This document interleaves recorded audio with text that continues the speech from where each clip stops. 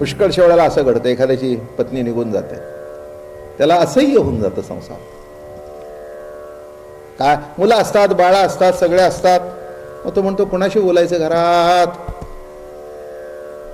अहो म्हणाले एवढे आहेत की, एवढे आहेत म्हणले हे आहेत खरे, पण माझ्याशी बोलायला फुरसत नाही. बोलणं कळलं का? असं असतं जीवन. जीवन असं असतं.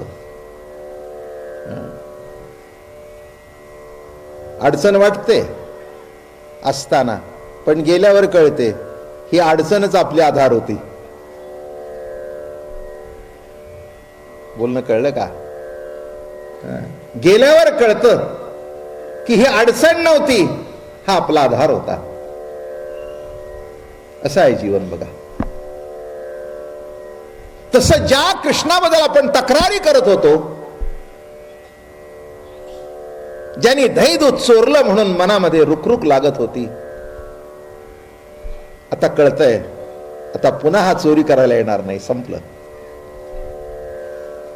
विवळ झाले अंतःकरणी, अंतःकरण विवळ झालं, कंठ सद्गतीत झाला. चिंतेने व्यापिले अक्रूराचे मन, काय वर्तमान होईल नेणो.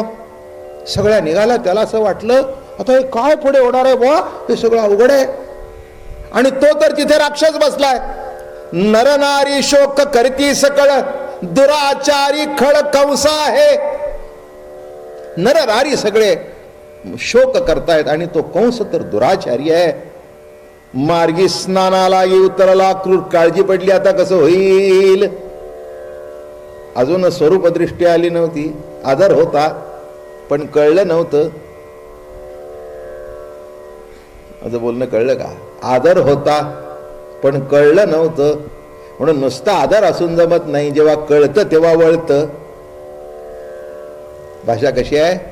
कळतं तेव्हा वळतं. आदर असणं, एकाला वडिलाबद्दल आदर होता, ठीक आहे, पण कालांतराने मोठं झाल्यावर कळलं की आपल्या वडिलांनी लहानपणी कशी दिवस काढले आणि आपल्याला कसं वाढवलं. हे कळल्यानंतर मग मात्र त्याच्या डोळ्याला वडिलाच्या, अरे म्हणे आमचे वडील लवकर गेले, त्यांना द्यायला आमच्या जवळ, जेव्हा आमच्याकडे आलं तेव्हा द्यायला ते नव्हते, आमच्याकडे आलं, आणि जेव्हा ते गेले तेव्हा आमच्याकडे काही नव्हतं. हे स्मरण होतं. मग अवघड आहे नाही का जीवन?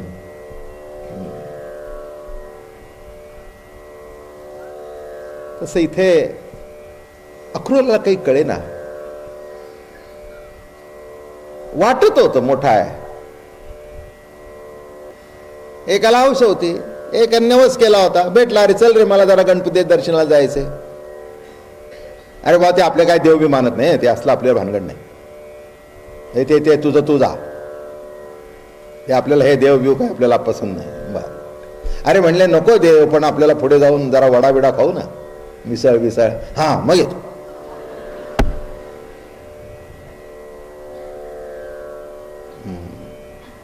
नुसतं मिसळ नाही, मग पियूष बिष पाहिजे, बर बर पियूष देऊ, काय त्याच्यात मस्तानी देऊ. बोर्ड लागलेलीच आहेत की बघा, काय पाहिजे ते दे. बर मग आला, मग सगळे तिथे गणपती जवळ उभे राहिलेले. दुसरा अहो म्हणला बघत काय उभं राहिला, पुढे वा ना. आला, अधिक पंचायत होता. जाऊ दे म्हणलं, आता काय खूप नाव ऐकलंय गणपतीचं. गवसला, गवसला. मग हा येतोय, तो हात जोडतोय, तो हात जोडतोय. बरं सगळे हात जोडतायत म्हटल्यानंतर आपण तस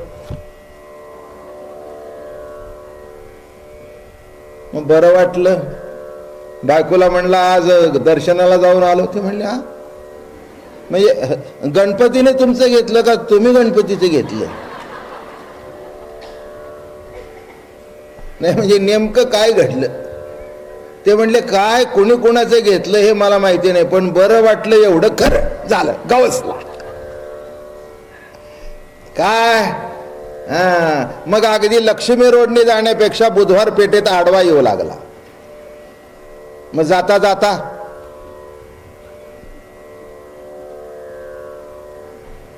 गणपती म्हणायचा.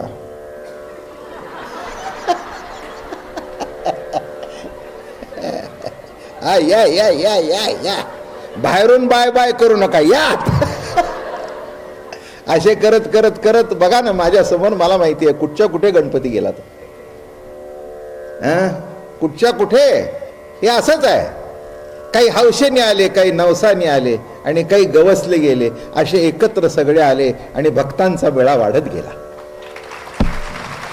असंच असतं. काही कोणाचं चुकत नाही हो, कोणाला कळतच नाही. काही अनुभव आल्यानंतर कळतं. तसं अक्रूराने ऐकलं होतं कृष्ण म्हणजे फार मोठा बेटा आहे, पण हे तर बघा होतं 11-11 वर्षाची एवढे छोटी छोटी ही पोरं, आणि त्यांना असं वाटलं त्या कंसाकडे घेऊन जावं. बरं एकटे दोघं असते तर गोष्ट नाही राहिली, याच्यावर प्रेम करणारे हे काय, हे काय पोरी प्रेम करतायत, बायका प्रेम करतायत, म्हातारी प्रेम करती, म्हातारा प्रेम करतोय, गायी प्रेम करतायत, वासरं प्रेम करतायत. काय सांगू तुम्हाला, कृष्ण परमात्मा निघाला ना तेव्हा त्या कृष्णाकडे बघून त्या गाया धार सोडत होत्या का नाही.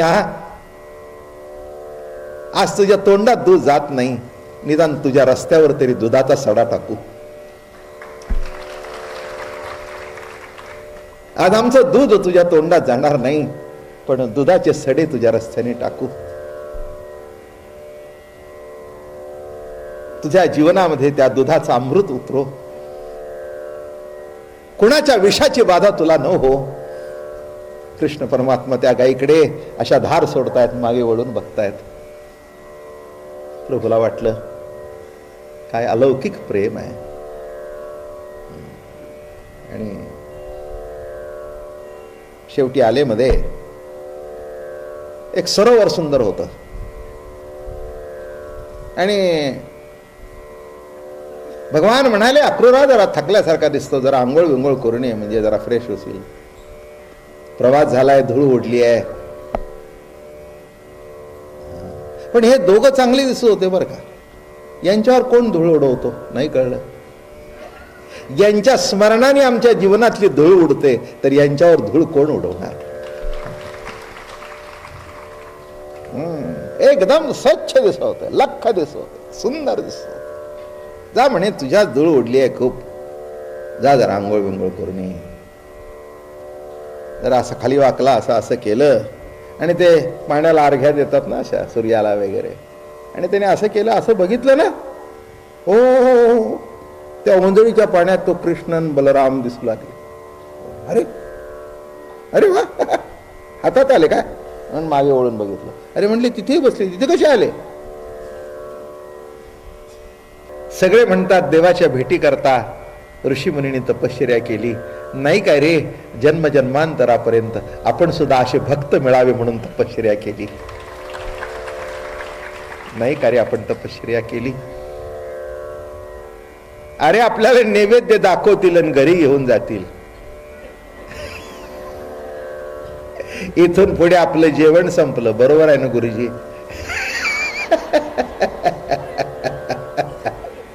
नैवेद्य दाखवतील पण देवा जेव म्हणणार नाहीत. बरोबर सांगितलं, ते माझं लक्षात आहे तुमच्या. गुरुजींनी सांगितलं ते पुढचं सांगा, ते सांगतात ते. म्हणजे ते त्यांनी माहिती आहे ना तुम्हाला, ते असा नैवेद्य करायचा आणि असं करायचं. त्याचा अर्थ असा आहे, यदा कदाचित हात जर मध्ये घातला तर तिथल्या तिथे मागे रे, खबरदार. मध्ये हात घालून जातो, देव आहेस का कोण आहेस. मध्ये हात घालायचा नाही, उष्ट करायचं नाही, हात लावायचा नाहीच. बघ तू हात लावलास तर बळीरामा, आता हे जेवण संपलं, जेवण संपलं, आता हे दाखवतील आणि घेऊन जातील. बळीरामाचे डोळे भरून आले, कृष्ण भगवंताचे भरून आले आणि असेच बसलेत. प्रातःकाळ घडी उठे कृष्णराम, पहावया ग्राम चालियेला. मग नवीन गावात खेड्यातली पोरं कधी शहरात आली नाहीत, नाही का? मग खेड्यातली पोरं उठल्या उठल्या काय करतात, जरा गाव फिरून येतात. तसं काय माहिती आहे की पुण्याला बिण्याला नवीन आलेली माणसं ती अशीच बघत चालतात. आणि एखादा स्कूटरवाला धाडकन समोर तो म्हणतो तुम्ही कुठून आला. तुम्ही बघा एक एक ते खेड्याचे मोठे असे बावरलेले असतात. आल्यानंतर नवीनच पहिल्यांदा. आणि आता तर पुण्याला चालणं बिलणं म्हणजे चालणं म्हणजे ही तुमच्या पूर्वी पुण्याला आपण ना ती केव्हा तरी वर्षातून एकदा सर्कस यायची.